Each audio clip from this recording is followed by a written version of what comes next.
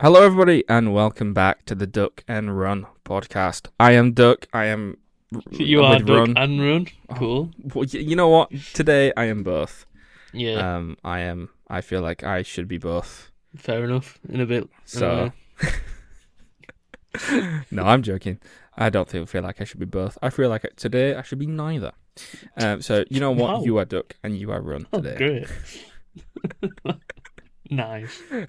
Anyway, we said the last one wasn't going to be long, and it was longer. So we'll really try and condense this one. Like, really try. But it might be even longer, so Who knows? We've got a lot to get through today. So, shall we get straight into it? yeah. Do you want to go with your news first or mine? Go with yours because we'll probably overlap quite a bit. Yeah, that's fair. Okay. So the first bit I want to talk about is, since the last episode came out, Maggie Smith unfortunately died, Yeah. which is a bit of a shame. So rest in peace. She was, I'm not gonna lie, the only thing off the top of my head I can think that she was in is Harry Potter and that Nanny McPhee film. Yeah. I'm pretty sure it's her. I could be wrong, but I'm pretty sure it's her in that. That's as much as I can remember right now off the top of my head. Yeah, Um, it's. I feel like she was just an older actor, though. Like, a lot of things what came out Yeah. before our time, she would have been in. Oh yeah, definitely. I think the saddest thing now is the fact that Dumbledore, and I'm gonna sound like a really idiot, but I forgot her name. McGonagall. Oh, what's her name? Yeah, McGonagall and Snape are all dead in real life. Yeah. So it's a bit of a shame, especially because now they're doing this horrible reboot idea on Max. Yeah. Because everybody I wanted just it. feel like, I just feel like now it's in poor taste as well, because like those three are now not here, especially when those three were like, well, there's been two Dumbledore actors already, just because like the previous one died, now then this one's dead. I just feel like, are you really gonna by doing? Well, I don't want to really get into it that much, but like, are you really gonna add anything by doing this new thing? Like, is it gonna improve the old stuff by any way? Because the old films are good. Like, so, yeah. Yeah, there isn't really much to say. It is just a cash cow, really. There's no reason to Oh yeah. reboot it. Yeah, they could say Uh, that they're going to make it closer to the books, but I'm just fed up of Harry Potter, really. yeah. It doesn't work, especially because like Universal have got 3 theme parks open in America, and all of all of the Universal theme parks in the world, across the world, have a Harry Potter land, and that is the film versions. So what are they gonna do when the TV show comes out? Are they gonna completely redo them? It's just, I didn't like the Fantastic Beasts films that much, but I enjoyed that they expanded on it, expanded on the world that she, J.K. built. Whatever you think of her, I do think that she did create an interesting world. Just a shame that she, Is who yeah. she is. Yeah. pretty much. Yeah. So rest in peace, Maggie. Yep. Loved you in Nanny McPhee. If she's even in it. if she's even in it, if I'm genuinely thinking of the right person, I might not be. It's the second one. If anyone's like, what are you on about? I'm talking about the second one that's set in like World War II, and there's a bomb in a field. Yeah. And all I remember from that is that there's like a black bird that eats like something from this bomb. That's all I remember. Wow. That's all I remember from it. I don't know what. I don't. Yeah, I'm getting off topic. I've also got that apparently in April 27th, 2025, is the release date of a new Marvel Sony live action film. Oh. According to some people, this was going to be the original release date of Spider-Man 4, but obviously things have changed. So what do we think it could be? Venom 4. Well, Tom, Tom Hardy. Oh, I forgot his name. That's it, right? Yeah, Tom Hardy. Yeah. Tom Hardy said that he's done. That he's after the Venom 3, he's done with the Venom. He was it was interesting what he said with the words he used. It was something along the lines of the Venom films are done, but he never said he was done. Yeah. So Morbius 2 I'm hoping for. That would be my pick. Yeah, Morbius 2 with fucking Dr. Doom, whatever. Michael Keaton as Spider-Man or whatever. Yeah, I mean... Who knows? Who knows, yeah. Who knows? Yeah. I've also got Jurassic World Rebirth finished filming on July 2nd. No, it didn't finish on July 2nd. It comes out on July 2nd. Oh. It finished filming the other day, which it speaks to the volumes because Superman also finished a couple of weeks ago, or a month ago or so, whatever, and that's coming out also in July 2025, and the Fantastic Four was only started shooting last week. So that's interesting. Know nothing about this. I didn't enjoy Dominion. I thought it was not great. But I love this world, so I'm interested to see where this goes. And there's Blade and Black Widow in it. Yeah. As Blade and Black Widow. Yeah, as Blade and Black Widow. Instead, he's not a vampire slayer. He's a dinosaur slayer, or whatever. Yeah, he's Chris Pratt, but he's Chris Pratt, but just Blade. That's how he is. Yeah, I've got nothing to say about that other than I'm excited for it. And that comes out July 2nd, 2025. I've also got... I'll leave that until last. The Origin dynamic duo is in the works with DC Studios. Yeah. Robin's origin story, which is Grayson Todd. No, it's not Grayson Todd. It's Dick Grayson and Jason Todd. Yeah. And that's going to be with puppetry animation with CG elements in it. Yep. What do you think to that? I mean, it'll be very interesting. Different. Yeah, I feel like James Gunn, with his current, leadership of the DC Warner Bros. Stuff, he is just doing random stuff in a weird way. Like, who would expect the origin story for Dick Grayson and Jason Todd to be in a puppet animation? Yeah, it is very different. I commend him for going out of the box. Because I think we said this. Did we say this on last episode? Or I don't remember. But we've talked about before that they have to be different. They can't just do what Marvel does. They have to be different. They have to work things differently. So them doing this is definitely different. So I'm excited to see where this goes. Yeah, I'm excited. I have nothing to say. It's going to be interesting. There was no word on whether this is going to take place in this DCU or this is going to be an Elseworlds story. I can't imagine it being an Elseworlds. I would imagine this is going to be in the same universe, but we'll see. Yeah. And there was no word on when that was going to come out. It was just announced the other day. Yeah, I think it's literally just announced about the studio who was doing it. And stuff like that. So, and then I've got two more. I've got Deathstroke and Bane film, which is just Deadpool and Wolverine. So coming off the back of the fact that we just complimented them on being different, they then went and said, you know what, let's not be different and let's make a Deadpool and Wolverine film called Deathstroke and Bane. Is what it is, but yeah, I just think it's capitalizing on it, really. It's just so odd. Like, I do respect doing villain movies, but why? Why these two characters? Obviously, he'll explain it more when it comes to it. But my thing for both of these is these two specifically. don't have the same vibe as Deadpool and Wolverine do. No.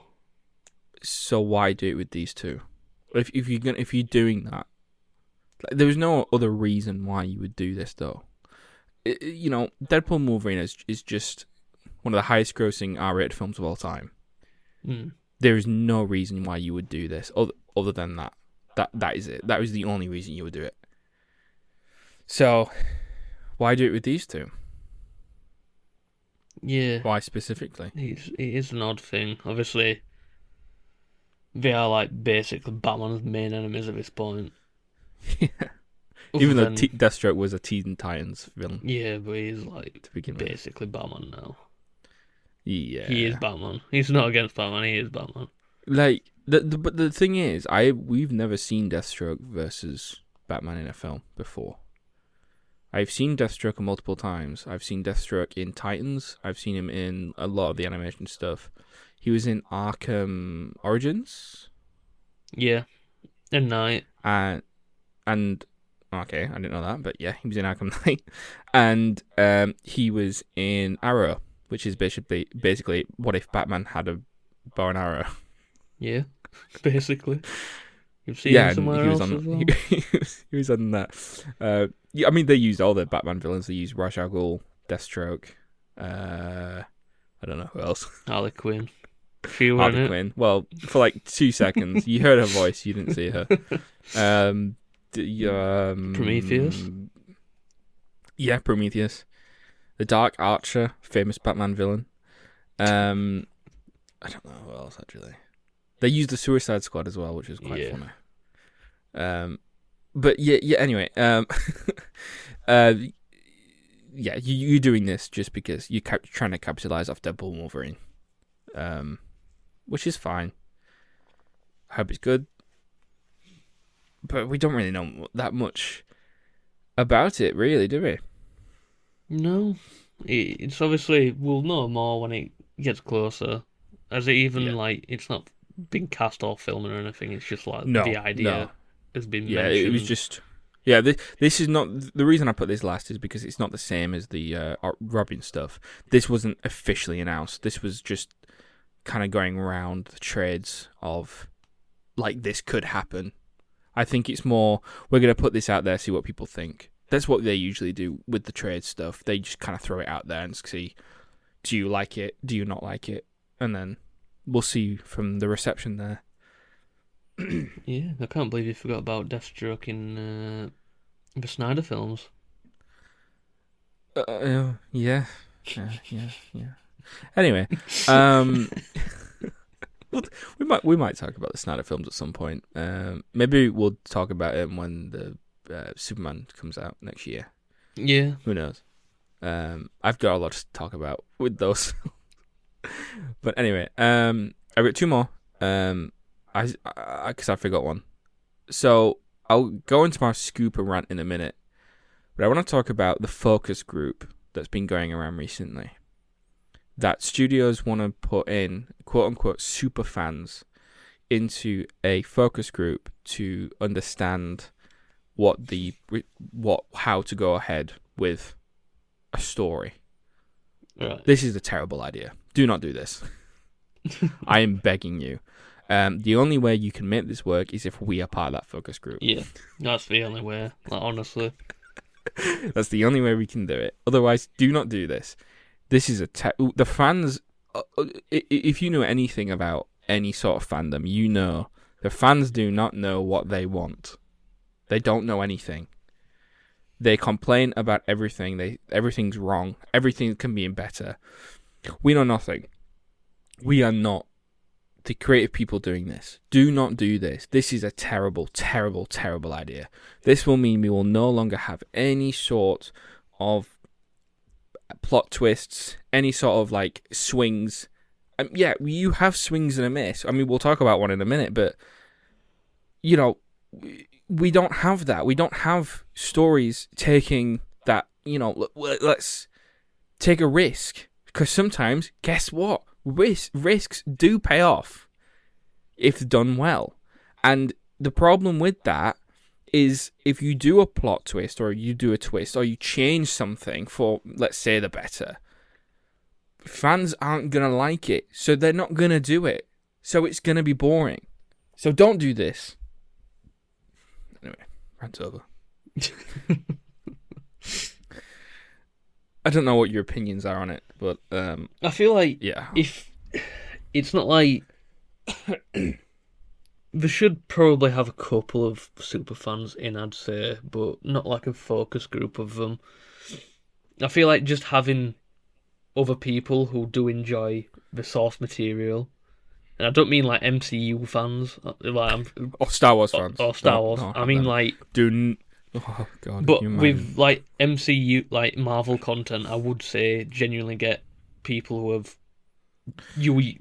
are super fans of comics, but not like loads of them. Don't get an overwhelming majority. Just people who can sort of be like, oh, well, this would be better to nod to their past or something, rather than, let's change it all. I understand, but like, why can't you get somebody that is good at, like, just get good marketing people in? That's it. That's all you need to do. You don't need a focus group. It's just, all it is for me is that Disney, well, all the studios, I'm going to say everyone, are scared of backlash at the minute because they're getting a lot of it, and they are. Some of it is deserved, others isn't deserved. But over the last, I want to say, couple of months, this year specifically, it's been the worst it's ever been. And, they don't help themselves by cancelling the Acolyte and then not saying anything else about it, and then going ahead and saying, oh, we're going to do multiple seasons of Skeleton Crew. We haven't seen Skeleton Crew. So why are you doing that? What if it's garbage? Then what? Like, what are you doing? But it doesn't change anything. If you get a focus group in of fans, let's say me and you are in this focus group, I wouldn't mind that. Please do that. But if we are, right, we are gonna want different things to the people that are screaming and shouting on social media about how bad everything is at the minute. We're not those people. The average person isn't those people. So who are you tailing towards? Because what you are doing right now is tailing towards the minority of people who have a loud voice on social media. That's all you are doing. The numbers speak for themselves. Agatha, doing really good numbers at the minute, like really good numbers. The Acolyte did better numbers than the Penguin. So, what are you doing? Yeah, it's such a hard situation to really say, isn't it? Because it's like, I get that they are worried and they want the things to succeed, but it's not the best way to go about it. No. I do understand, though, like, maybe it is within the best interest to get some, like, comic fans in there. But don't tailor towards them. No, don't do that. Just listen to them rather than take everything they'll say on board, because not everything will be right at all. No. Like I said, we don't know what we want. we genuinely don't. And I'll take a good story over law any day of the week. Yeah. So, yeah. Anyway, so that was my one rant. I've got another one coming up. Guys, don't worry. My final bit of news in my news section is that the null casting was revealed by Daniel RPK. Yeah, well, I've got another bit of news that Daniel RPK has also cast somebody in Falcon and Winter Soldier. He's not casting personally, but Falcon Did he say who was in it? Yeah. All right. Okay. I mean, what do you call it? Brave New World. Not Falcon and Winter Soldier. I knew you meant. So, I'm personally not going to get into the news of what was revealed. However, Here's my problem. What are we doing? What genuinely what is going on at the minute? It's not as bad as it used to be, 100%, but it's still bad. Why are we doing this? Why are people being allowed to reveal something, specifically about Null, that is coming out in 2 weeks? Why is somebody coming out and saying who this person is? Why? I understand that it makes no difference to the final film who it is. There's a reason Sony hasn't announced who it is. Yeah. There is that reason. If it was not a big deal, Sony would have announced this. Sony would have said, look guys, here's who is playing Null. But they didn't. And I think my biggest problem is, I mean, yeah, like I said, it's gotten a lot better. I mean, I went into Joker 2 and Deadpool and Wolverine without knowing everything for a change. But we still know too much, in my opinion. We know way too much, and I don't like it. I don't like it. I don't like it. And I'm struggling to get out of it on Twitter and stuff. And I'm struggling to get out of that sphere. It's just really difficult because they're just, we'll get into it, but I just have a lot of issues with it. I mean, the Brave New World script got leaked, technically. Yeah, parts of it. Some of it's... Yeah, well, it's an old script, leaked. I think people are saying, but... It got leaked, and then someone said it wasn't true, so I read it, and then someone said it was true. I was fuming, and then it turns out it was actually an old script, which is good. So I don't know everything, but yeah, don't reveal stuff, please. I don't like it. It's not fun. It's not fun at all. It's not fun. I'm just trying to think if I've missed anything. No. Okay, I am done with my news. Yeah, okay, cool. So I've touched on basically majority of what I was going to say. Silent Hill 2 is not out yet. It comes out tomorrow, I want to say, but it has got 87 on Metacritic out of 57 reviews.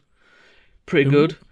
A lot of people it was like a highly anticipated, but a lot of people was already hating on it before it came out, as as people do. Because it's a remake. Let me guess, right? Go on.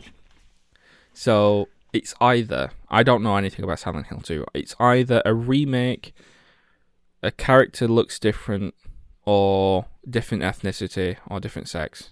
Which one is it? It is. They look different.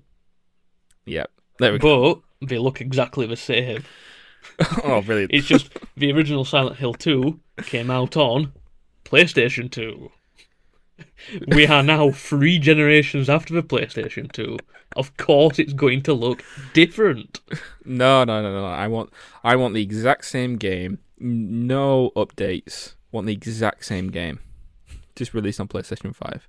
That's it. That's all I want in my life. The fact that the remakes are longer and they've added things to it, no, no, don't want that. Wrong. I saw a lot of things on TikTok and stuff of people going, "Oh, it's horrible. Why have you added this and took this out?" And people it's just like, you don't want the same game, mirror image. You don't. No, you do.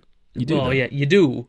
But when it comes out, it's boring and it's like, oh, they could have done so much better. Yeah, no. They change something, it's bad. They keep it the same, it's boring. They haven't put effort in. Yeah, 87 on Metacritic and 88 on OpenCritic. I don't use OpenCritic though.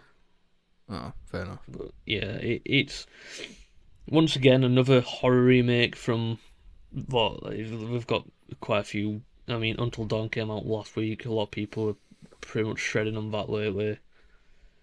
I've not seen too much of the Until Dawn remake. I mean, some of the comparisons are a bit stinky, but I've not played it, so I'm not going to have my opinion on it. Yeah, that's fair. But once again, why remaster it? It came out for last generation. It just doesn't seem. It's kind of like what they did with the Last of Us. Like they remastered Part 2, and that came out on PlayStation 4. Yeah, and also Part 2 came out 5. like 2 months before the PS5 released. Yeah, I could be wrong actually. I don't know if they did that. What? No, but they did. They did do a remaster of Last of Us Part 2. What am I on about? Yeah, they've done both. I mean, Part 1 makes more they did one. sense. Yeah, because that came out on PlayStation 3, I want to say. Yeah, I mean, we did like a HD remaster, which is just the same, but better. The same game. But in HD. And then they released The Last of Us Part 1 remastered, I want to say. Yeah. Which is like a brand new thing. Although some people say that it doesn't look that different, so... I mean, I think it does, but... I mean, I'd agree, but people also yeah, say that it doesn't look different. It doesn't look different, and then it comes to like one character's face, and we're like, "Oh, it looks too different now, breaking law, canon, everything, killing myself." Or I'm something. not playing like, this game. It's not canon to me. Yeah, it's not my canon anymore. All of Last of Us Part 2 isn't canon either. So what's canon to you? Nothing. Yeah, it doesn't exist. It's just, funny. Yeah. I mean, you're always going to get a lot of negative opinions about remasters. Yeah. A lot of people, when Resident Evil 4 was being remastered, were like, "Oh, they're not going to do it the same." Yeah. It came out and it was, it was great, and then obviously got rid of 2 voice lines in it, and were like, "Yeah, no, too bad. Hate this game." No, yeah, I agree. Absolutely agree. Oh, they've got one more piece of news. Ooh. Did you know that Steven Spielberg is a PC gamer and loves to play Call of Duty? Are we going to do this every week where we find some obscure piece? Yep. This is happening every week where we just put one piece of news about somebody what the news nobody cares about. I started something. As soon as I saw it on my feed, I was like, I have to put this in. Like, one up here, basically. That is funny. So he plays Call of Duty, does he? Yeah. What's his KD? You know what? I don't know. I bet he's really good at the game. Yeah, I bet it's like 5 KD. Oh yeah, he's unreal. He's got time, hasn't he? It seems like it. Yeah, I bet you know what? I bet he doesn't go by Steven Spielberg online. It's like a random account that's like really good. The Avatar creator 123. Yeah. He doesn't create Avatar. That's James Cameron. I know. The dinosaur man. The dinosaur man. The BFG. So, yeah, that's fair. He plays Call of Duty. He plays Call of Duty. The Weekend I've also got does. some... There you go. Some more news. Go on. I've got some Blade updates for us, because this is a new segment that we now started last week, and that will continue forever, apparently. So James Samuel met with Marvel to maybe direct the Blade film. Oh. And then yesterday, he said he wasn't. Oh. So in my notes, I put James Samuel met with Marvel to maybe direct Blade, and then in brackets I put never mind. I've also put that Michael Giacchino would be a good choice. That's my opinion. Yeah. Because I just feel like he would, and I love the guy. So, yeah, that's it for Blade updates. Come back next week for further Blade updates. The crazy thing is, every week there probably is actually an update, because there's another director who's been gone in and been took out instantly. Yeah.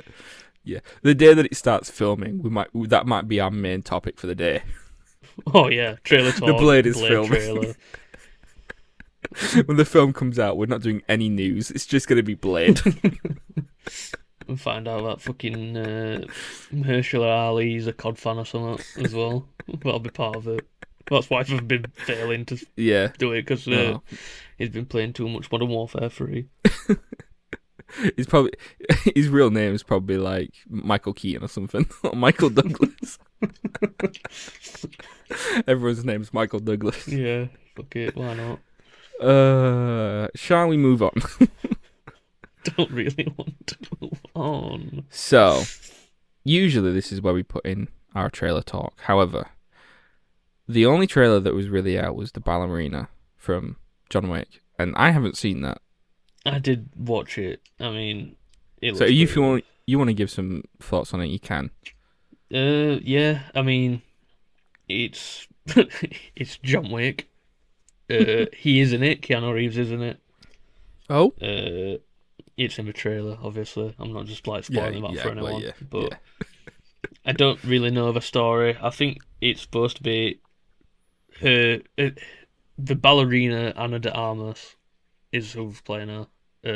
Seems to say that her father's died in the middle of a trailer, so I'm presuming somebody's killed her father, and she's going John Wick style and going, you know what, I'm killing everyone then, because fair enough, why not? Yeah. So that's the basic premise. So it looks what I thought it was going to look like. Fine. Yeah, woman John Wick. Fair enough. Oh, it's work, and yeah, I'm not watching it. Too work actually. Yeah, I'm not watching it. We're not watching that. Too work for me. Speaking of work, do you want to get on to our main topic of today? Right, that's the end of the podcast. We've cut it down quite a bit, thankfully. We have, to be fair, but no. Right, 2 Work, Gone Broke, Joker 2, Folie, Dead, whatever it's called. I don't know what it's called. I know what it means. It means Madness of 2 or whatever. Yeah. What do you want to start with? We'll start with non-spoiler. We will start with non-spoiler discussion, and then we'll talk about spoilers. I might put a time code in. I might not, depending on if I can be bothered. So, Joker 2. It's a film. It is a film. I am so conflicted about this. You've had a couple of days to sit on it now, at least. I have, and I've written some notes, and ultimately, what I've written here. This is my note from when I left. When we left, because we saw it together. When we left, and I got home, I wrote this note out. This is the exact note I wrote. Feels like a weird detach from the first one. Doesn't take anything away because it still exists, but doesn't feel like a good addition to the story. Completely unnecessary. That's how I felt at the time when it came out. Yeah. And I still agree. I think the ultimate plot, and what do you think the story was? Because ultimately, what I thought the story was just a recap of the first one, not structure wise, but literally just talking about what happened in the first one. They do a lot about it. I can see. That's you see, kind of the main premise. I get why. Genuinely, the story parts of it could have been stronger, but I feel like if they made it stronger, then there was no need for it to be a musical at all. They could have just flat out done it. Yeah, I do want to talk about the musical sections, but we'll leave that a little bit. Yeah, I want to talk about the plot first. I really want to delve into the story without spoilers, obviously. It was good to kind of see how his actions did affect other people. The court stuff is the most interesting part of the film. Yeah, by a mile. I do wish that was the film, but it's kind of not. Like, we don't get to the court until, I want to say, midway through. I don't remember, because the film is long. It's so long. It's too long. Yeah, way too long. Well, okay, maybe it's not long. Because I do always have this thing with people saying it's too long. It's not too long. The pacing is slow. It's so slow. It's so slow. But it's not even slow. It's stop and start. Yeah. And it's because of the music, but we'll get onto that in a minute. I do think the plot is interesting. I think Harley Quinn is interesting. But it's not done to any sort of service. I've written here, the plot can be interesting, but the problem with it is it's all half attempts. It's a half attempt to be a musical. It's a half attempt to be a deconstruction of the character of the Joker, and it's a half attempt of doing the Bonnie and Clyde Joker and Harley Quinn story. None of it fully works. Yet again, I agree. I agree with my own words that I wrote on Friday. Friday. I think ultimately now I just feel disappointed. Yeah, I mean, I did go into the film with no expectations. Yeah, really. You went in with none. I went in with some, but very low because of... I mean, we talked about it before. We talked about that it was... The press screening was, like, a long time ago. Back in September. And that it wasn't scoring great. So, we knew it wouldn't be amazing. But I kind of wish it was bad. Like, yeah. It's not great, but it has so much potential that it's more of a waste. Like, Morbius is just crap. Yeah. Right? Madam Web and Morbius are just bad films. This is not great, but it had the potential. That there are elements in this film that work really well. There are elements of the plot that is, like, really good. But it just all falls flat for me. Anyway. Yeah, it is just a little bit disjointed, the feeling of it. Like, there's parts of it where you're like, wow, this is actually quite good. Like, the cinematography, direction, everything goes really well, and then all of a sudden, like, there is a musical bit which isn't too bad, and then afterwards, you've lost every point of the scene before the music bit, where it just throws you a bit where you're just like, where are we now? What are we doing? The cinematography is outstanding. It is such a beautiful film to look at. But the first one was as well. So, that's consistent. At least something's consistent. I think my main problem with this one and the first one is they don't feel like the same characters. No. Some of them do. I'm talking about Arthur Fleck does not feel like the same character. The main guy. He feels different. He's just not the same person. And that culminates in what he decides to do at the end. But we'll get into that in a minute later on. Fair. And, so I think, I'm just trying to read my notes.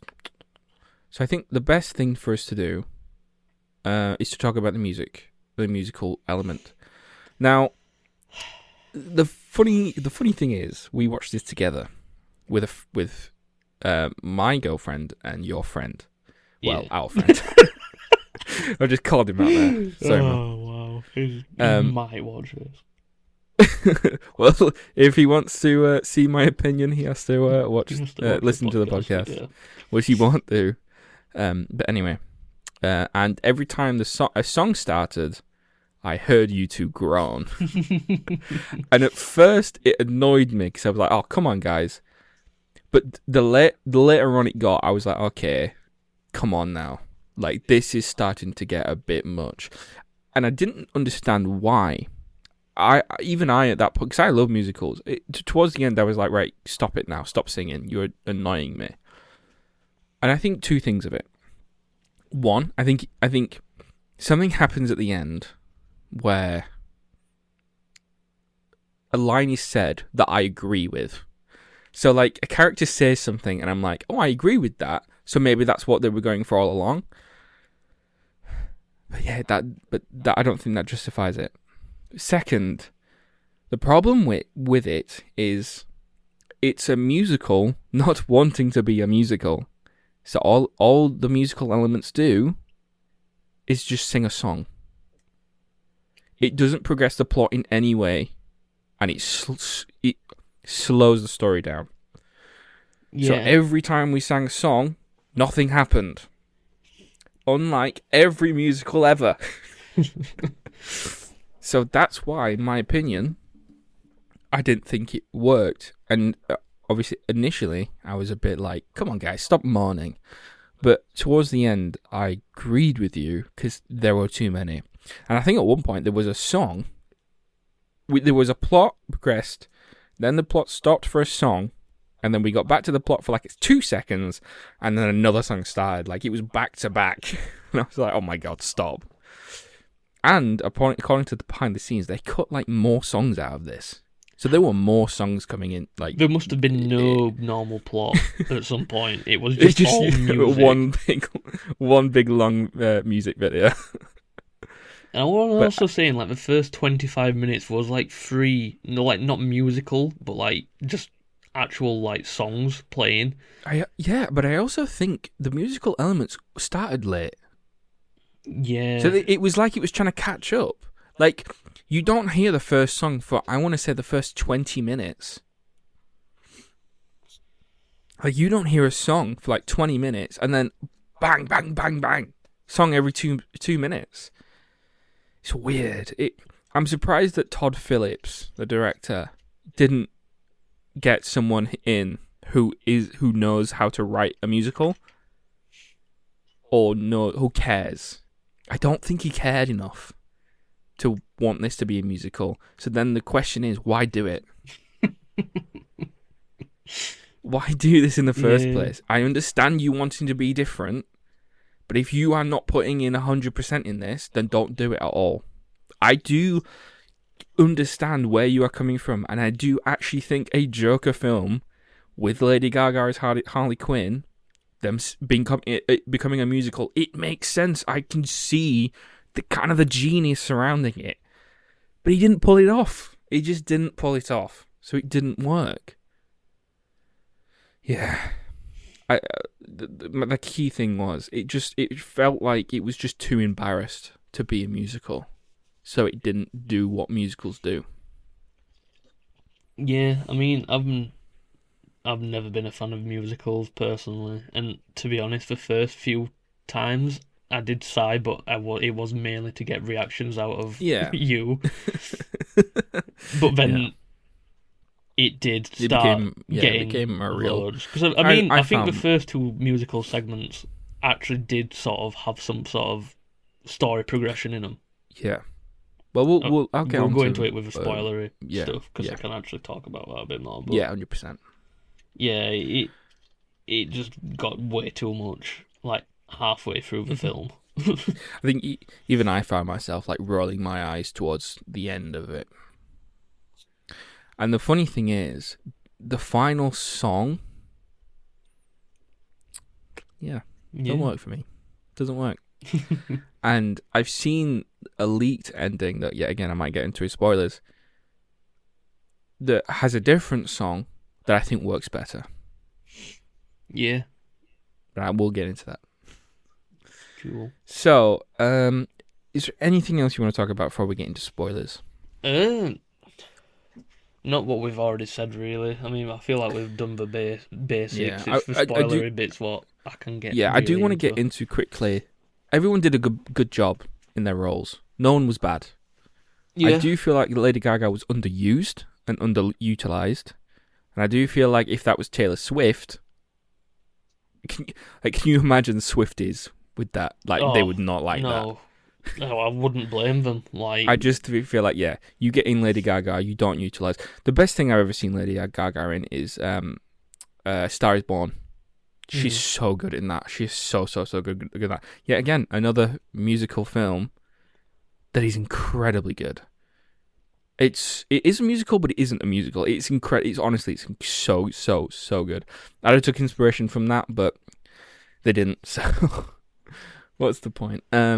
Yeah, everyone was good. I wish Lady Gaga was utilized more. We'll get into it in spoilers. Joaquin Phoenix did good. Yeah, everyone did a good job. It was just a story. The directing was good. The editing was fine. The pacing was off, but that's because of the musicals. Sorry. That was because of the musical elements not working out properly. Mm-hmm. Yeah. And then quickly, before spoilers, the ending. I think it saved the movie personally. This ending, I don't like saying the ending ruined it, but it didn't. They did something that I was like, okay, but you knew the ending. I did, and the only reason why I actually wanted to really watch a movie was because of the ending. So, you know, I something happened, and I was like, okay, that's whatever. And then something else happened, and I remember you and his friend turned to me, and I just went, "What?" I was like, "Why?" Can't get into that, but yeah. Any last words? Oh Jesus, that sounded like a threat. Right. I love you all. I'm so glad you've listened to this podcast. I'm so sad I have to go now because I'm getting killed. Do you want to say any last words before spoilers? No, spoiler review is now in act. So yeah, ultimately, I think it just falls flat. It had potential, but it just failed. And yeah, if you were a fan of the first one, you will not like this one. And if you didn't like the first one, you will hate this one. so yeah. So that is the end of the non-spoiler section. So if you have not seen it, please click away. Or if you don't care, stick around. Don't really care. I mean, I care if you stick around. Like, please do stick around. But... No, I'm more meant if you don't care about spoilers. Yeah. Spoilers. That's what I meant. Sorry. if you don't stick around, I don't care. So spoilers. So, I think the easiest thing to do would be to start at the end, but I feel like we have to keep them waiting. Yeah, I feel we'll try and do it from start to end, but... So I think the first thing I want to start off with, the animation at the beginning. I would have 100% watched the whole movie if it was like that. Yeah, me too. It was a great opening. It really, really, like... The opening leads to a debate in the film that the end is just said, nah. And you're like, well, what? You spent the entire film building this up, and it's like, no, that's not true. Which I can understand, but why would you do that here? Why would you not do that in maybe like a third one? Yeah. But, whatever. But I did like the animation. I thought it was cool. Old school Joker. I liked that it started out with the old Warner Brothers logo. Yeah. Well, not the old one, but the old one. And it felt really retro. Yeah, again, I could have gone for an entire film. Just of that, to be honest. It would have been completely fine. Like, yeah. It in a weird sense, started promising things that just weren't going to come to fruition as well. Not like the animation, but just the feel already was like, oh, this is going to be just goofy a little bit, but still got that serious notes to it. And that's what we needed. We needed a goofy musical, I think, into the psyche of him, which brings me on to one thing I wanted to talk about was the musical elements. And I know we spoke about this briefly, but I originally thought that the musical elements were going to be kind of a guide into how Arthur thinks and his psychotic mind. Yeah. But then at the end he says it's all a facade.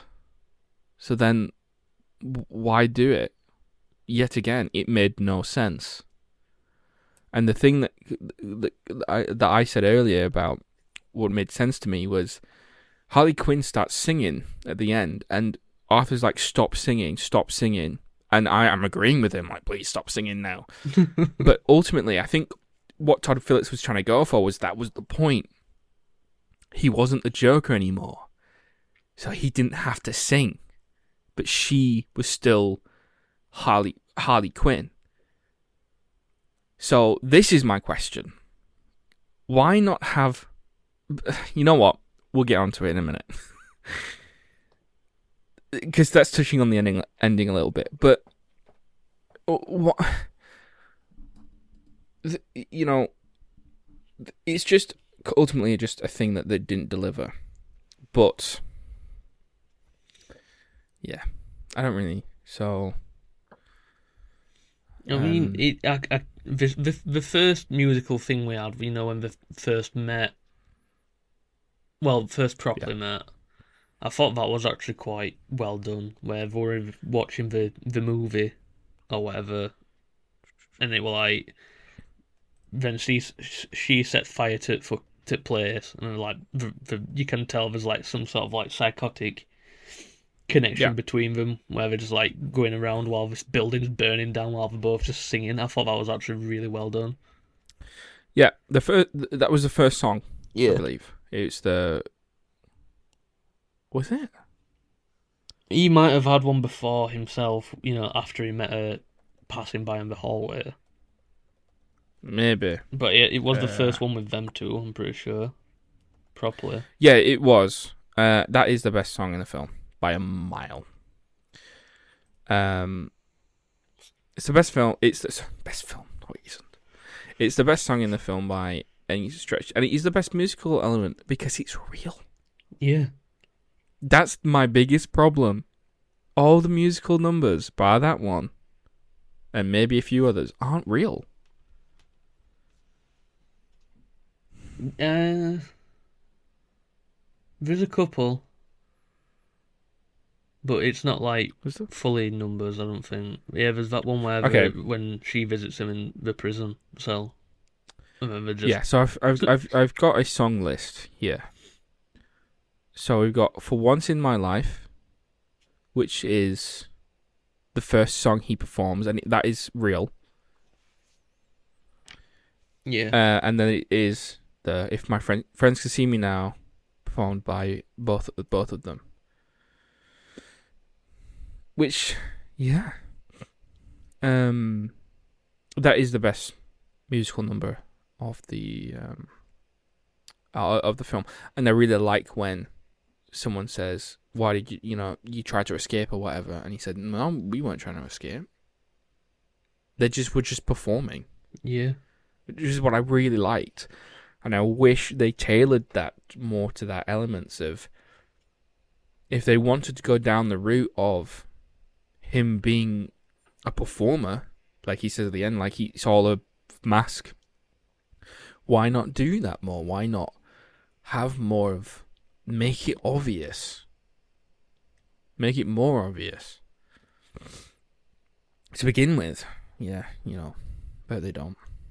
Why not? I'm trying to think. Top of my head, I'm really trying to think of. Without jumping to the main points. They have sex. They do, which is strange, but I get it. It does. See, that scene does really build up a crucial thing that happens later on. The fact that she makes him put on the Joker stuff before. Yeah. I think that is crucial. But he just doesn't understand. It's like he's a child. Yeah, true. And I think, the first one really played up this idea of what if this child was what if this child was dangerous, didn't have any point, any part of him was controlled.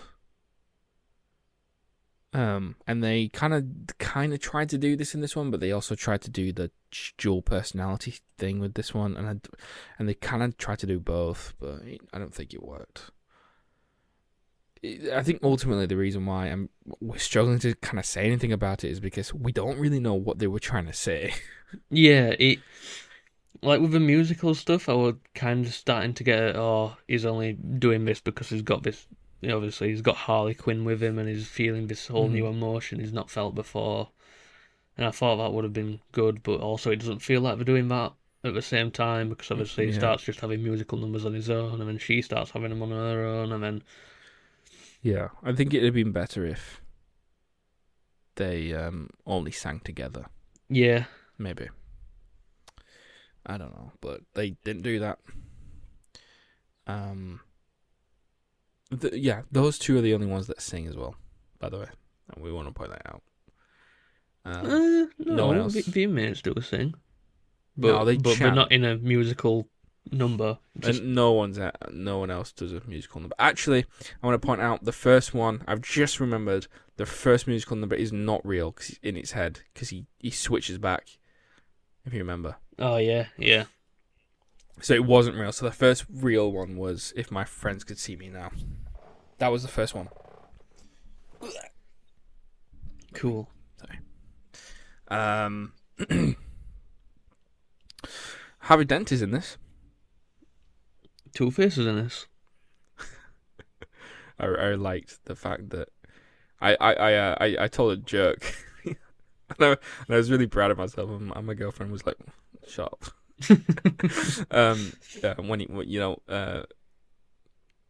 My best friend said something to me when Harvey Dent appeared. Oh, he said, "Do you know who that is?"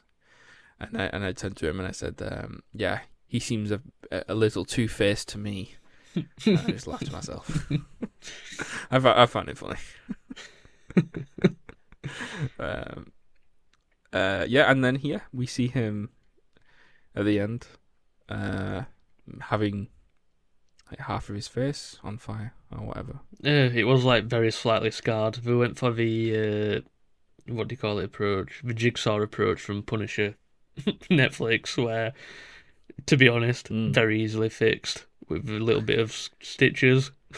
But yeah, obviously they're not building up to Two-Face being. Well, I mean, I don't know. We'll talk about what this film sets up in a minute. Because surprisingly, it does set up a few things, which I don't know why it does, but it does. Yeah.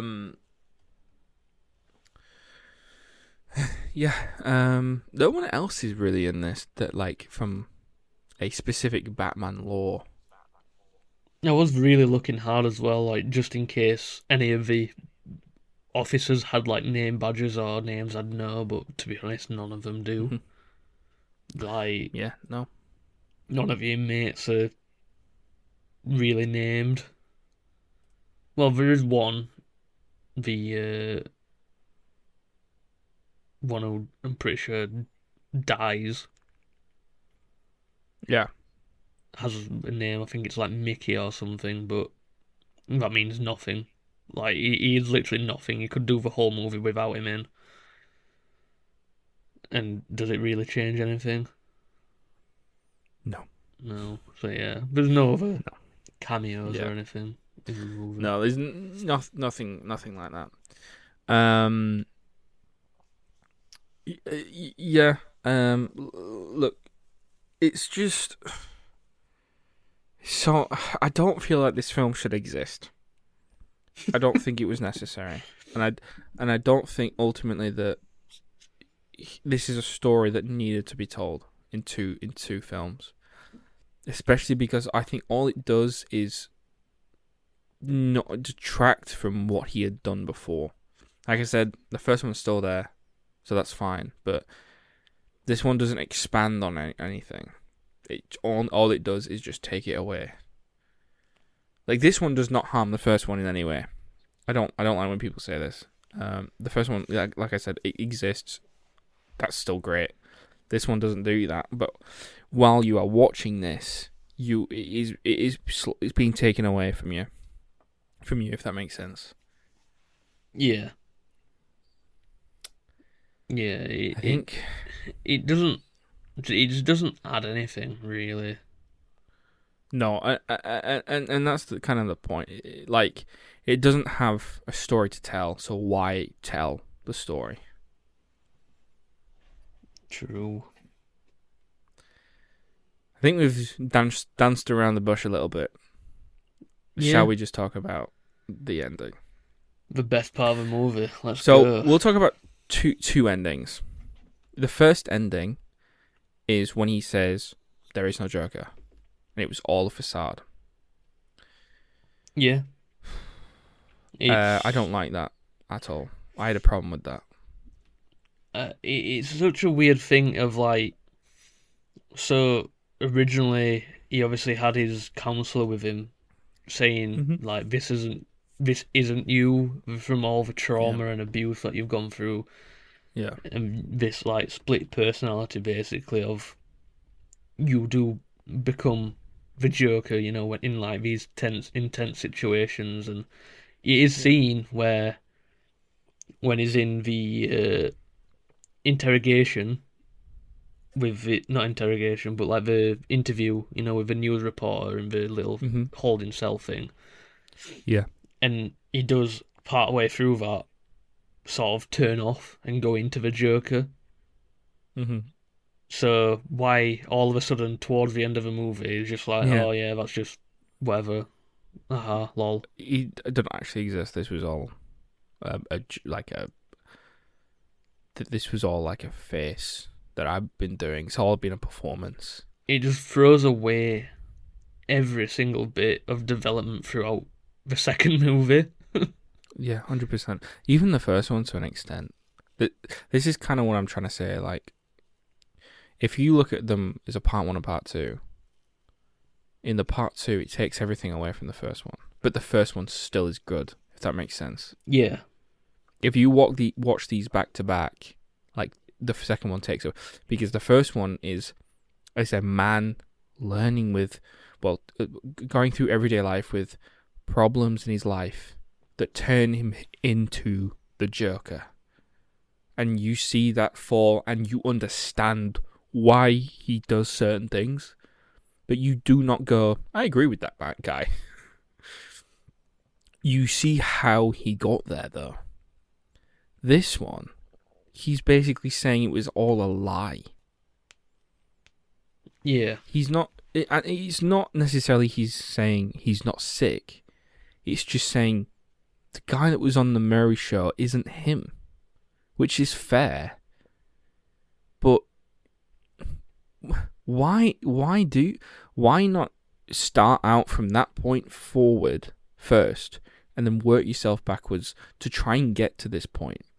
Because there is no way he's done that. He's put on this joke, his facade. Why not make 3 films and have the second one him trying to keep up being the Joker, but he's just not the guy, and have the third one go, I'm not him. I'm not the Joker. Yeah, it's just a weird missed opportunity and miswrite completely of the character. And then, obviously, Harley Quinn walks out because she's only in love with the Joker.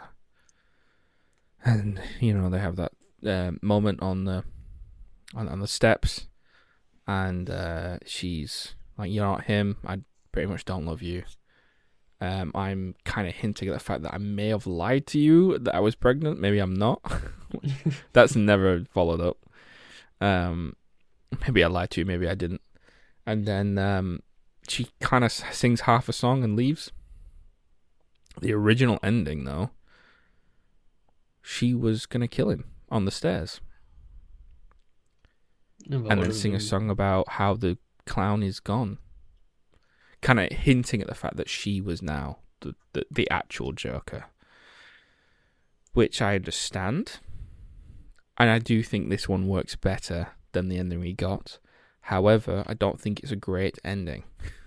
You see, I'm thinking more about the ending now, and like, I get the poeticness of it, like, obviously, because after the courthouse blows up and he's in the car with the Joker, like, protest people, you've got that image of him running away from them, and it's like, obviously, him trying to space himself away from the Joker, sort of thing. Escape from the Joker, yeah. But he just ends up, like, you know, going, oh, well, I'm not the Joker anymore. And she's like, well, fuck you then. I don't want to be weird.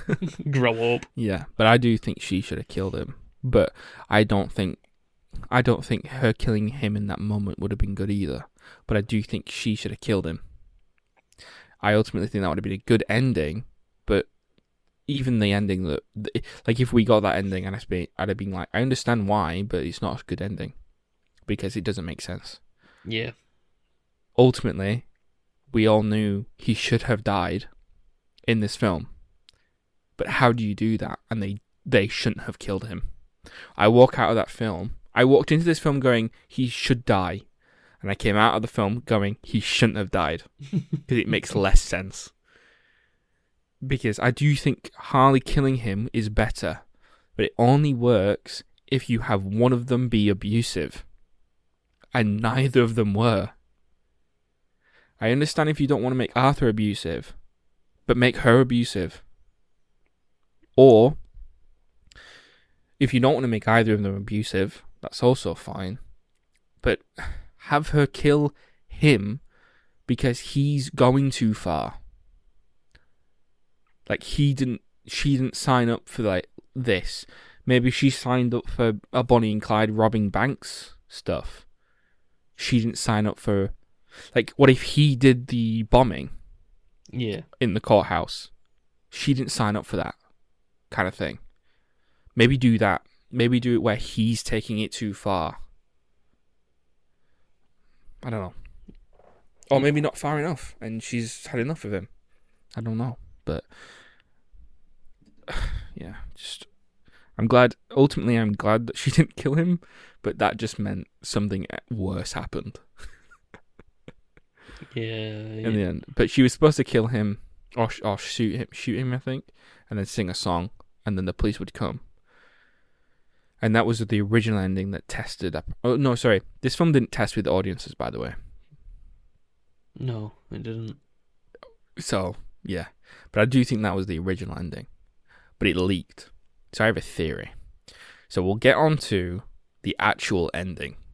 And my actual notes in this, on my that I took after leaving was ending. Why? that was all I put. So do you want to run me down? Because all of a sudden I've forgotten the ending. So why don't you run me down on what happened? So basically, he's getting where is he getting taken to? I can't remember if he's getting somebody. I've remembered some. I remembered one thing. Somebody came to visit him. Yeah, but we don't know who it got was, a visitor, or if it was real. Yeah, I mean, I'm presuming it could have. To be fair, it could have just been his counsellor or his lawyer from before, but it probably wasn't real, as everything is in this movie. Yeah. He gets brought into a corridor, and then this inmate who we've seen previously in this movie like 3 or 4 times. He didn't really have a big thing in it, but he did smile a lot. Ooh, foreshadowing. Oh, what do you think that means? Oh, we don't know. It's weird, but the inmate goes, "Hey, can I tell you a joke?" And then he stops in the middle of a hallway, turns around and goes, "Go on then, why not? Go on then, pal." And then the inmate Go on then, pal. tells him a joke. I can't remember it word by word, but it's something like, "Oh, what happens when a psychopath walks into a bar and meets a clown or something?" And then obviously the joke goes, and then the inmate just starts stabbing him in the stomach. Yeah, no. And then obviously there is a flashback to the musical in his mind where Harley Quinn shot him.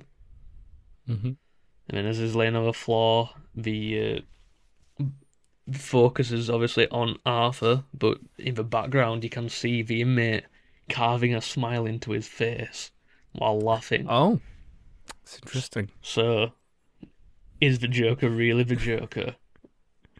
So yeah, it's heavily implied that this guy is the Joker, the real Joker, shall we say?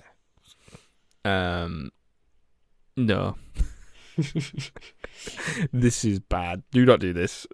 Well, you've done it, but why did you do this? So the funny thing for me is, Do you know what this feels like? What? This feels like the Mandarin in Marvel. Yeah. So I remember when the Mandarin in Iron Man 3 was teased. Yeah. And he was in the film, Iron Man 3, and it turned out to be some actor. And everyone was like, whoa, no, that's so bad. So they made a one-shot of him being taken to the real Mandarin. And it ends with, you stole his name. Like, that's the line that he says. This is that. This is just damage control. This is literally just... You might have well gone up to him and said, no, I'm the Joker now, and killed him.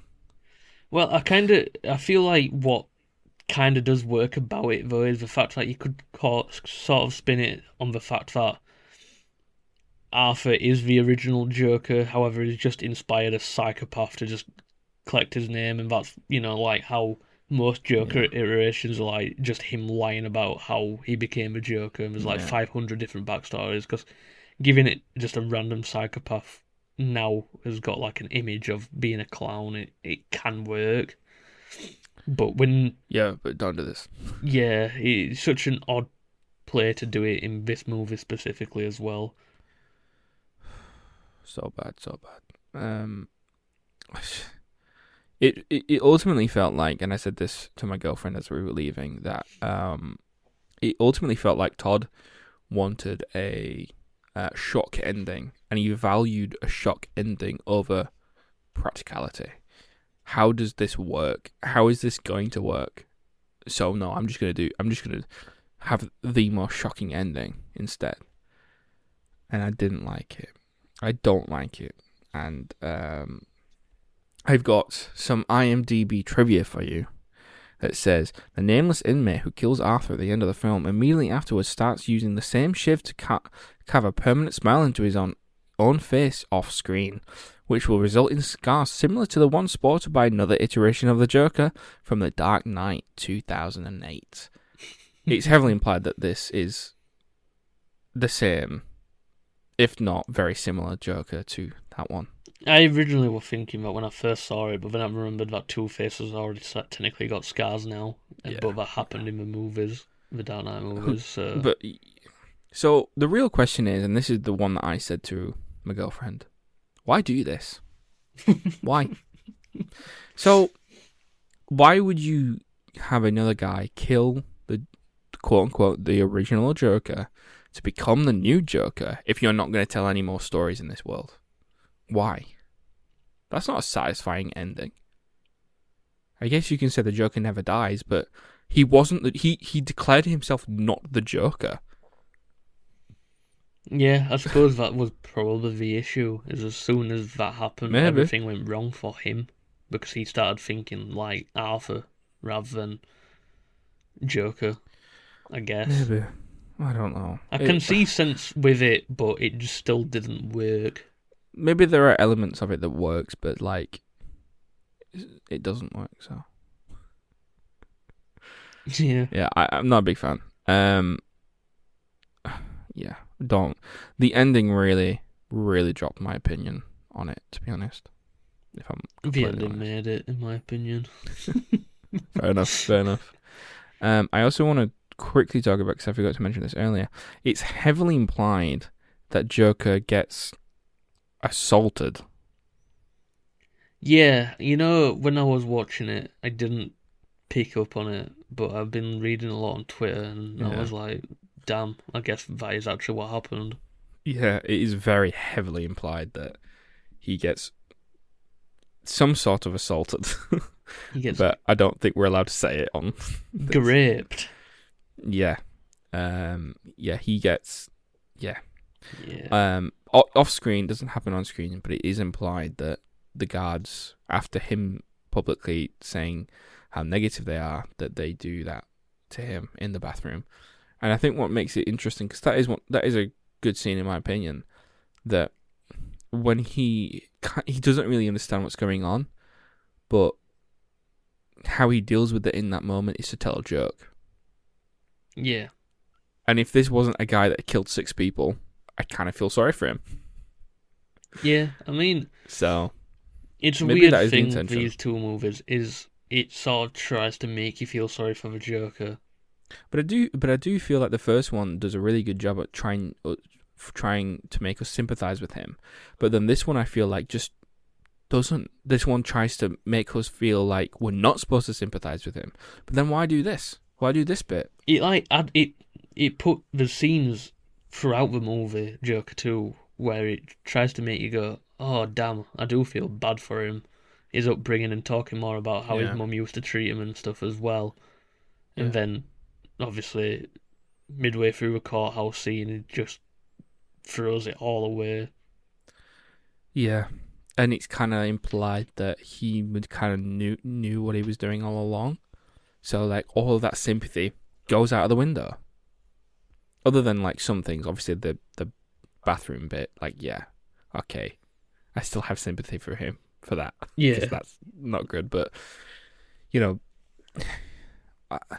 all of the sympathy about him being like just a child in a man's body, that just goes immediately when he says there is no Joker.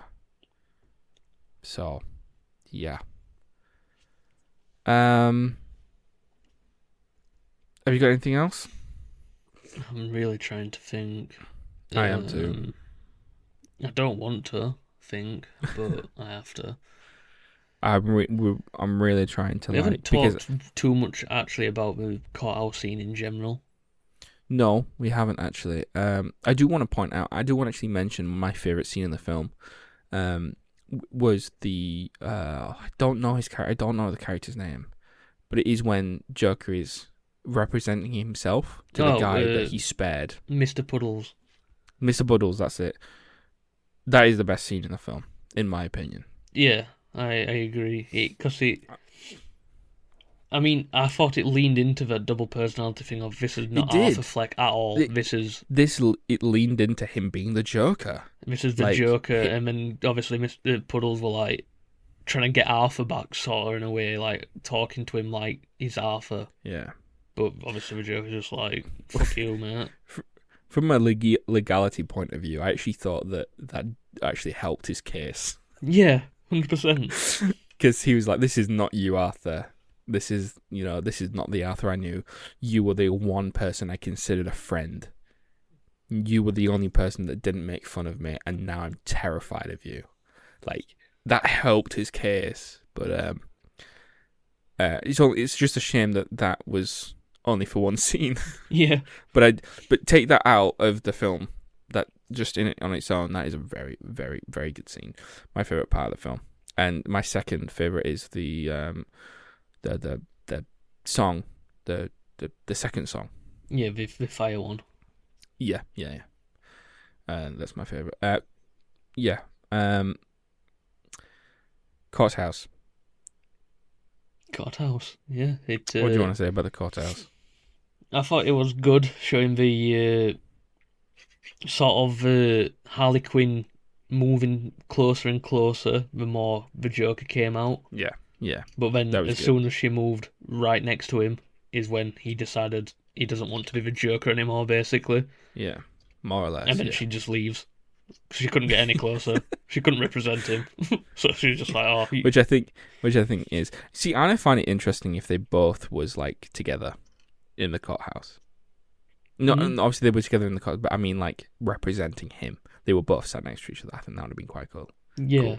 That would have been good. Cause more of a team. Because then the judge could have been like, to lean in more to this, him getting the Arthur Fleck personality back, the judge could be like, oh, well, she's easily just swaying what you're saying because you're just agreeing what she says. Yeah, I mean, like, yeah, they weren't really a team in this. They were just kind of... She was just telling him what to do as well. Don't take your medicine and stuff like that. I don't mind.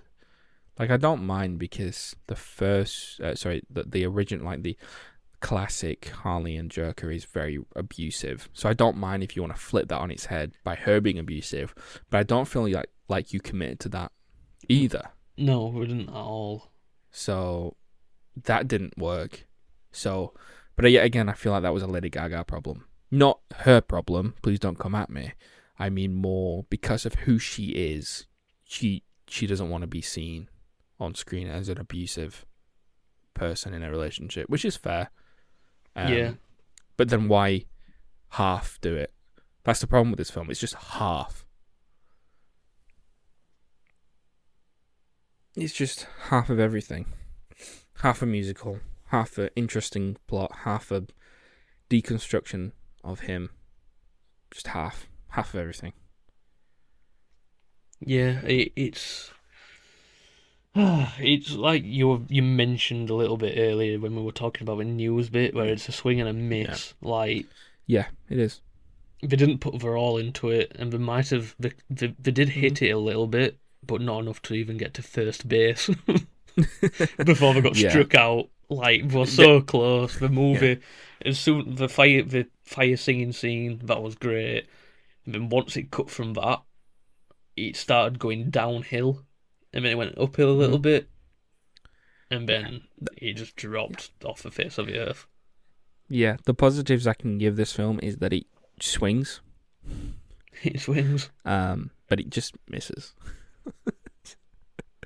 on a lot of levels. There are interesting parts of this film. It's just missed. Is there anything else we want to discuss before we give our final thoughts? I'm really trying to figure it out a little bit. He kept on kissing his lawyer. That was weird. Yeah, but he only did that after he kissed Holly the first time. Yeah, true. Which, if there's a message there, please let me know. There must be something about it. But... There must be something there. I am just a bit thick. No, I don't think there's anything else to talk about really, other than hopefully the next actor for the Joker. So that's the end of our spoiler section. So now what we're going to do is we're going to do a 1-sentence review on the Joker. Folie de Deux. Folie de Deux. I've really butchered that, but do you want to go first? Swing and a miss. That is mine, to be fair. No, I'll go for had potential but disappointing. That's my sentence. Yeah.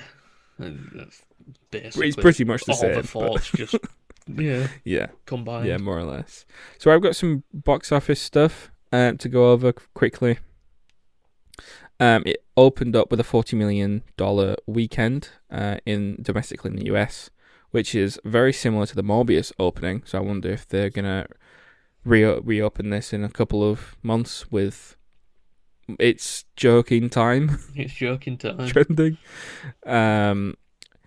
It has done $121.1 million worldwide as of the weekend it came out, which is contrast to $155 million for the 2019 one. So it didn't do as well. It's not done well on any part of it. Right. The Joker did $96.2 million on opening weekend domestically, which is nearly double. That's bad. And the Joker, bad. it's bad. This is the worst one though. Joker's budget 2019 was $65 million. This budget was $200 million. That's a lot more. So, in perspective, Joker in the first weekend worldwide made its money back and more. It made a profit in its first weekend. This one is making a loss. So my question to you is, did this film feel like it was worth $135 million more? No. Did it feel like that? No. I would have said the budget was about the same, if I'm honest. Yeah, I agree. Maybe a little bit more. Maybe a bit more. Just because of that little animation at the beginning. Pay your animators. Yeah, exactly. Maybe because of the musical set numbers, but the Joker, yeah, bad. No good. It's not tracking good, and I imagine it's not going to do much better because word of mouth is not great, and it's also scored a D on CinemaScore.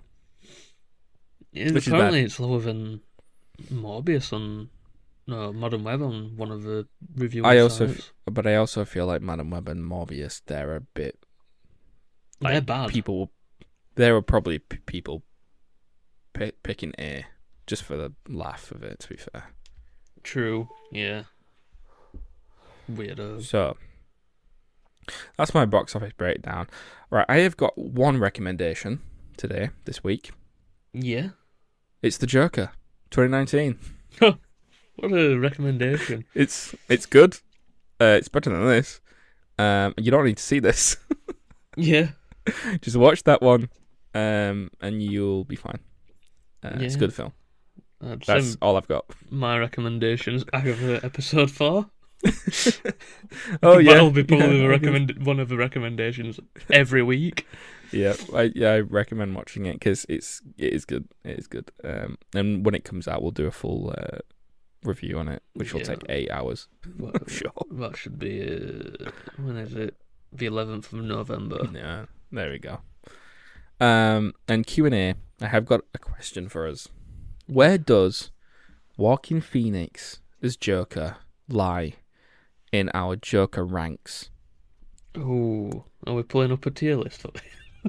No, we're not going to pull up a tier list because I didn't make one. It'll be another an hour as well. Yeah, we'll be here forever. So, off the top of my head, I can think of the best Joker in the world, Jared Leto. Of course. Heath Ledger. Mm-hmm. Jack Nicholson. Yeah. Mark Hamill. I will count him. Yeah. Joaquin Phoenix. CW. And Gotham one. And Cal Kestis. Yeah, that's what I meant. The Gotham one. I don't know which. I forgot his name. Cameron something. Monaghan. Or however you pronounce it. Yeah. So, where does he rank? Look, the best Joker by a mile is Mark Hamill. That's my opinion. He basically just is the Joker now. Yeah, I mean, he did. So he was he was the trickster on CW's Flash. Yep. And which is mental, by the way, that they got Mark Hamill. But because they mentioned Star Wars like 8 times. Well, a bit more than that. But they but yeah, he's not the trickster. He is the Joker. He's just the Joker. He's just the Joker. Yeah. Yeah, Mark Hamill's definitely just the best one. Yeah, and then I am tempted to then. It's a toss-up between Heath Ledger and Jack Nicholson.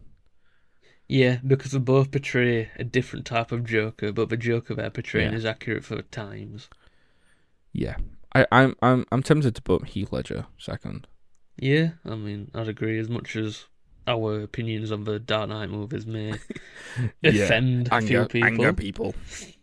We're probably missing some as well, by the way, but we don't care. There's probably been like 5 billion different Jokers, to be honest. These are the ones that we can think of. I mean, obviously, the Joker in the Robert Pattinson movie, but can you really comment on it? We're not including that.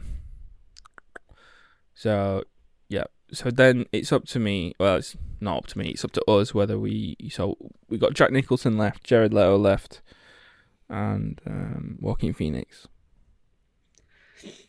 I'd say Nicholson, and then because of Joker to Joaquin, and then Jared Leto is like super far down.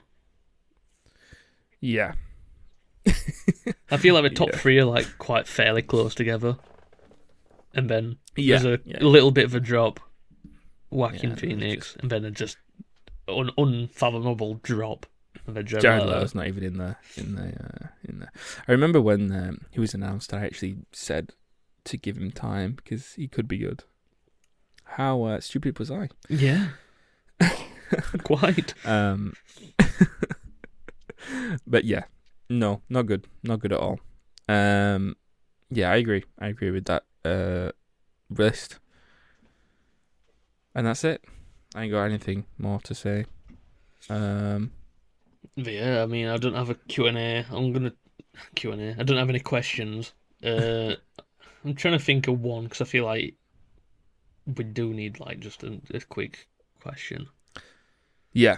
But I don't know if I need to rewatch and write down the questions we've already asked because I don't want to just retread what we've already done. We forget the questions that we already asked. So. Obviously, I feel like we've asked that one. Doesn't matter. Yeah. We'll just double up on the questions next time.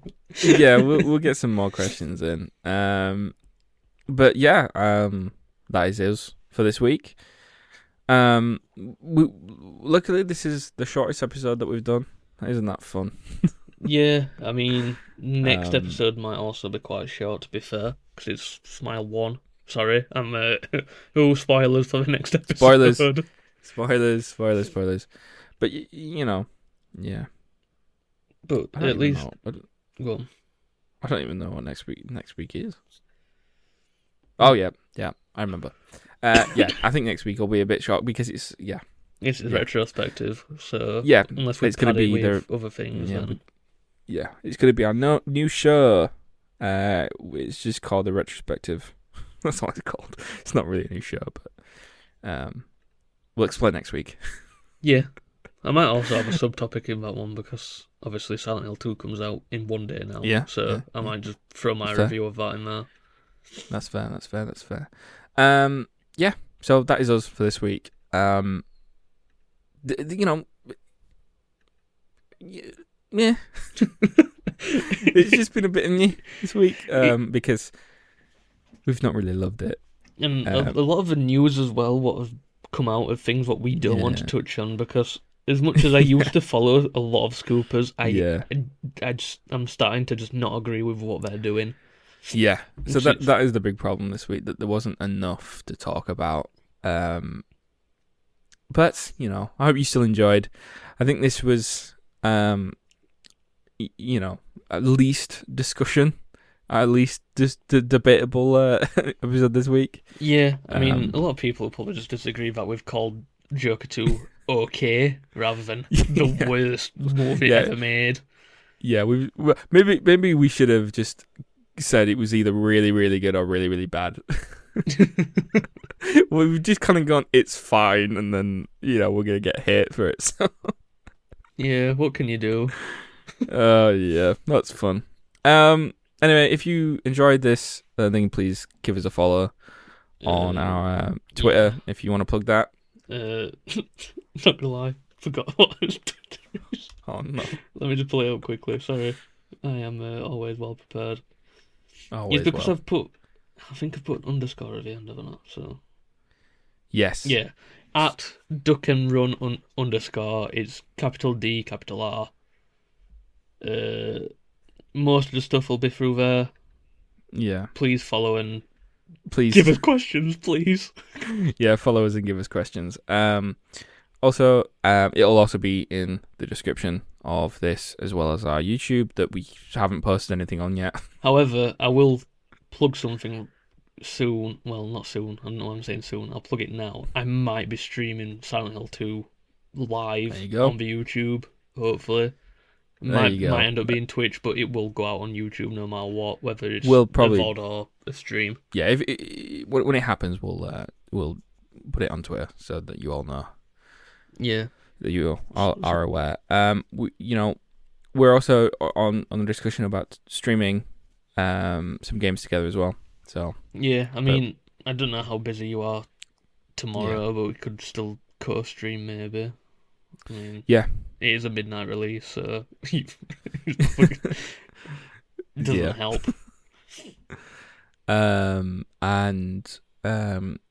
Please give us a follow, give us some questions, because we need questions really badly. I'd also say give us some topics to discuss, but we are booked. We are, but for the rest of the year. To be fair, if we've got this is the shortest episode we've done, isn't it? Yeah. So if you do still have topics we could just touch on just to make it a little bit longer. If you prefer longer episodes. Yeah, or if you prefer shorter ones, then tell us to shut up and stop talking so much, because this ending's been going on for 20 minutes. Yeah, it has, but fair enough. Who cares? Anyway, thank you for listening yet again. I'm surprised we've done 3 in a row. Yeah, I mean, we're a little bit spaced between the first and second one, but now we're actually we've got into the flow of it. So thank you for listening. Follow us on all the social medias that will be linked below. Yep. And we will see you next week. Yeah, fun. I don't sound convinced. Right, see ya.